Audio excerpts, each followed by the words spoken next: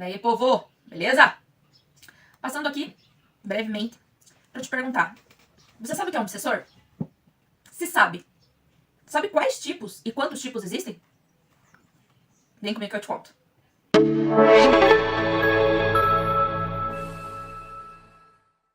Eu sou Jéssica Venete Stelzer e eu fui criada numa família onde eu adquiri um pouco de várias culturas religiosas, né? Mas hoje, com 38 anos, eu me firmei no espiritismo, né? Então, seguindo aí os preceitos de Allan Kardec. O foco aqui desse vídeo é dizer que com essa caminhada, né, que eu tive já também com a bruxaria, tudo, você se obriga a ler, a aprender, a entender, pra poder realizar o que você quer, com mais fé. Porque a fé é a base de tudo, independente da tua religião. A fé é a base. Seja a bruxaria, seja um umbandismo, o espiritismo. E assim, o espiritismo é o que mais me sacia com relação ao conhecimento, com relação a entender os porquês, né, da vida. Tanto os porquês positivos como os porquês negativos. Bora lá! Chega de enrolação. Se você gosta do assunto, é aquela coisa. Dá o like, se inscreve. Eu vou me aprofundar agora em diversos assuntos relacionados ao espiritualismo como um todo, tá? Então, lembrando, espiritismo, claro, vai ser um dos assuntos, com certeza. Mas o foco do canal é falar sobre o espiritualismo. No próximo vídeo você sabe a diferença. Vai saber, que eu te conto. Bora lá então, obsessor. Obsessor nada mais é do que um espírito, um irmão. E sim, nós temos que te tratar como um irmão. Desorientado. E tem vários graus de percepção desse espírito, né? Porque já não está mais encarnado, já não está mais na carne, ele é um espírito. Vários estágios de percepção. Então a gente vai ter aqueles que não sabem que morreram, porque foi de uma forma muito abrupta. Tem aqueles que não estão entendendo, até entendem que morreram, mas não sabem pra onde ir, querem voltar pra casa, quer sua família e não se encontra, não entende. Lembrando que a espiritualidade, os irmãos de luz, nossos mentores de luz, eles sempre estão dispostos a dar a mão e falar: irmão, venha que eu te explico. Atraindo sempre pra luz. Porém, o livre-arbítrio, que foi dado por Deus, é magnânimo. Em todas as esferas, em todas as dimensões. Esse espírito tem o livre-arbítrio de ficar aqui, perambulando, ou de seguir a luz. Vai depender também muito da questão kármica que ele adquiriu naquela vida, né? No catolicismo, né, é céu e inferno. No espiritismo, a gente sabe que tem muito mais. Lembrando que essa questão de obsessores, na Umbanda, eles são chamados de eguns, por exemplo. Aí tem os termos, né, que eu vou utilizar aqui, é o mais próximo para entendimento. Mas os termos vão variar, os nomes vão variar. Mas o objetivo é o mesmo, tá? Então, um obsessor, a partir do momento que ele se aproxima de você, às vezes é por falta de entendimento, às vezes é realmente uma má intenção. E quando se trata de espíritos obsessores, eu vou citar alguns aqui, mas meu conhecimento é mínimo, né? Diante do que realmente a espiritualidade abrange. A gente tem, sim, os obsessores que eu poderia dizer como caseiros. Geralmente são espíritos de pessoas que foram muito apegadas à matéria, né? Então, por exemplo, eles se apegam à residência que moraram a vida toda. Então, às vezes, você vai morar numa casa e você realmente escuta barulhos, as coisas quebram. É, na verdade, um espírito que tá querendo te tirar dali. Então, assim, é um espírito que a qualquer momento, a partir do momento que você sente qualquer tipo de vibração na sua casa, fala: ai meu Deus, vou me mudar. Não. Ora, procura ajuda. E ajuda esse irmão. Porque a partir do momento que você traz Deus, Jesus, o Evangelho segundo o Espiritismo ou a Bíblia, você consegue trazer luz para esse irmão. A gente também tem aqueles por atração, né? Aí já são duas vertentes, tá? Tem o atração, que são aqueles por amor. Ou seja, logo que desencarna, ele já atrai pela pessoa que amava. Esposa, filho, pai, mãe. E ele quer um controle. Ele quer um controle sobre aquela pessoa. Então, uma pessoa que, por exemplo, uma mulher, um homem que desencarnou e era muito apegado, e tinha também uma questão kármica e tem que ter uma ligação também de outras vidas com essa pessoa. E quando vai ver, essa pessoa não consegue levar um relacionamento adiante, não dá certo. É o quê? É um obsessor do amor. Ele não consegue admitir que morreu e que não consegue mais ficar do teu lado. Então, assim, ele acha que vive. Como ele acha que vive, ele acha que tem direito de controlar quem entra ou sai da sua vida. Também é um irmão que precisa de muita luz e muita oração. Primeiramente, para entender que ele não faz mais parte desse plano. Segundo, para entender que o amor dele às vezes é tão grande por você que numa próxima encarnação vocês vão vir juntos de novo. Mas tem que dar o tempo ao tempo. A gente tem aqueles por atração, né? São chamados também de encosto. Muitas pessoas conhecem como encosto. Eles são espíritos muito ligados a drogas, em geral, sexo e outros tipos, né, de pecados que nós aqui, imperfeitos, cometemos. E quando ele é um vagante. Pensa assim um zumbi, do The Walking Dead, vamos lá? Então ele tá vagando pela rua, Aí ele vai ali e fica ali próximo ali da biqueira, que é onde ele consegue sentir aquela energia das drogas que ele gosta. Aí o fulaninho foi lá pegar, né, a coisinha dele. E aquele espírito olha e fala assim, gostei de você, bora lá. E começa ali, de certa forma, a sugar o que ele necessita.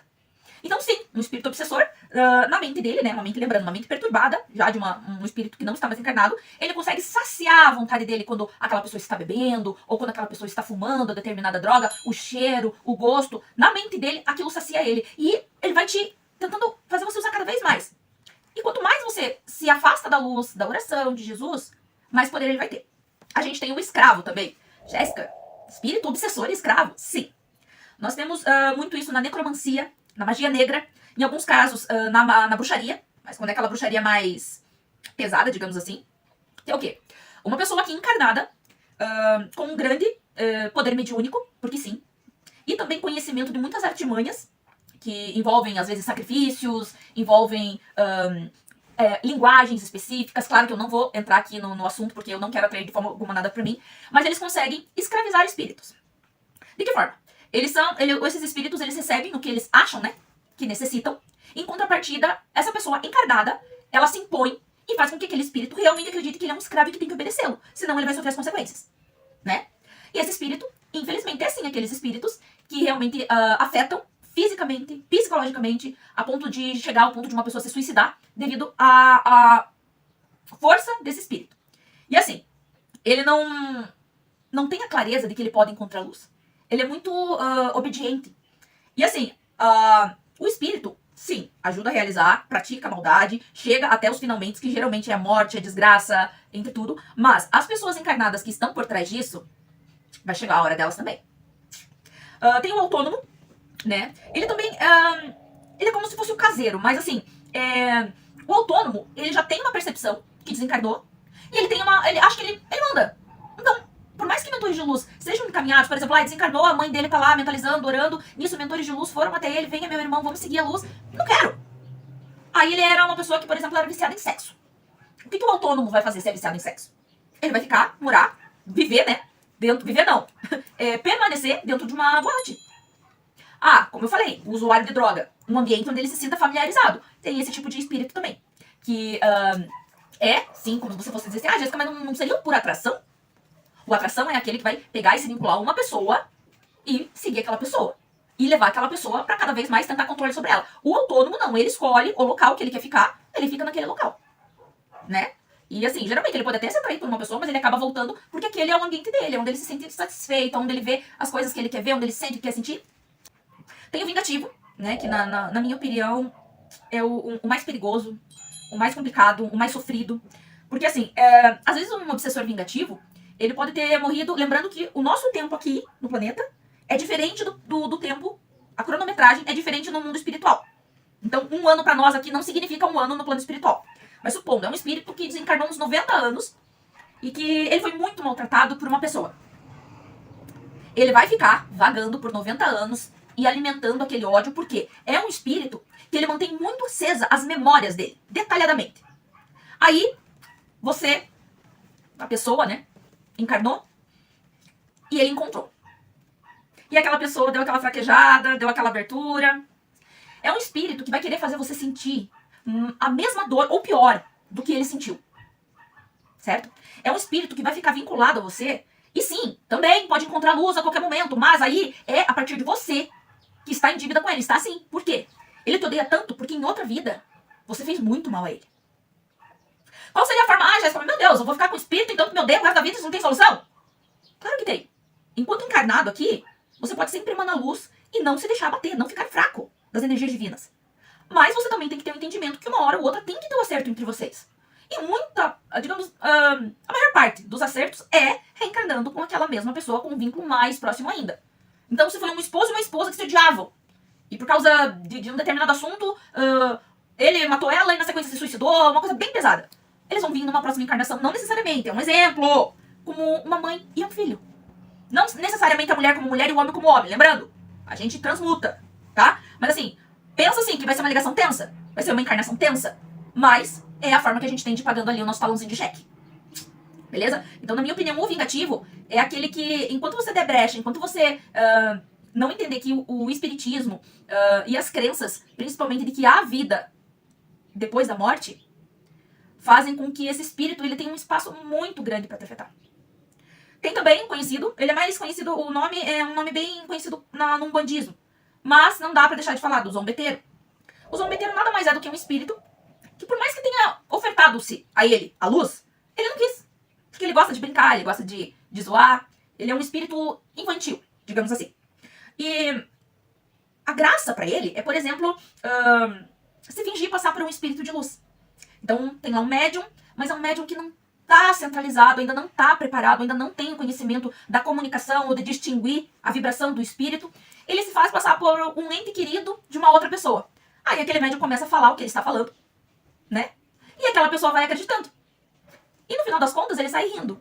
Porque não era aquele espírito que ele se disse ser. Aquela mensagem não teve nexo nenhum. Para ele foi apenas uma brincadeira. Muitos casos de cartomantes que abrem esse portal à medida que elas vão ler as cartas, e sim, tem os dons das cartas, outro vídeo também vai ser falado sobre isso, tem o dom da leitura das cartas, mas também são mulheres que não estão ainda na vibração e no total controle da sua mediunidade. Os zombeteiros adoram brincar com as cartas. Então, eles brincam ali e realmente aquela cigana ela está ouvindo um espírito, o espírito está ali manipulando, porém é mentira. E assim, ele é passageiro, tá? Ele não gosta de ficar muito tempo contigo, não. Sabe? Então ele fica ali um pouco brincando com aquela cigana, aí depois ele tá passando assim, ele é meio que atraído, ele vê ali que tem uma pessoa. Porque geralmente quem tem mediunidade, um espírito vagante vê a luz, ou vê algo a mais, que pega e chama atenção. E que gera curiosidade. E ele se aproxima, e ele gosta. Então o zombeteiro ele brinca um pouco com a cigana, aí ele cansa, ele já vai pra outra, ele vai dar uma perambulada, daí ele já vê um outro ali com luz, aquele ali tem mediunidade, vamos brincar um pouquinho. Mas lembrando, não é necessariamente a maldade dos médiums que faz esse espírito se aproximar. Vamos lembrar da premissa de que a gente escolhe vir médium para esse plano. Porém, o que a gente faz na nossa mediunidade, se a gente pega e estoca ela e finge que não existe e acaba depois doente fisicamente, é o meu livre-arbítrio. Se eu realmente quero pegar e aplicar ela em determinada religião. Um exemplo. A gente tem muitos pastores em igrejas evangélicas que são médiums. Podem até não admitir. Podem até nem saber. Mas tem o dom da palavra. É um médium falante. É um dos tipos dos médiums que tem. Então, assim, em qualquer religião, existem médiums. Todos somos um pouco médiums, mas isso fica pro próximo vídeo. Espero que tenha gostado. Próximo vídeo eu vou fazer com relação aos médiums, aos tipos de médium, ao que é mito, o que é verdade. Então, assim, se você gostou, segue, vai pro próximo vídeo, beleza? Beijo.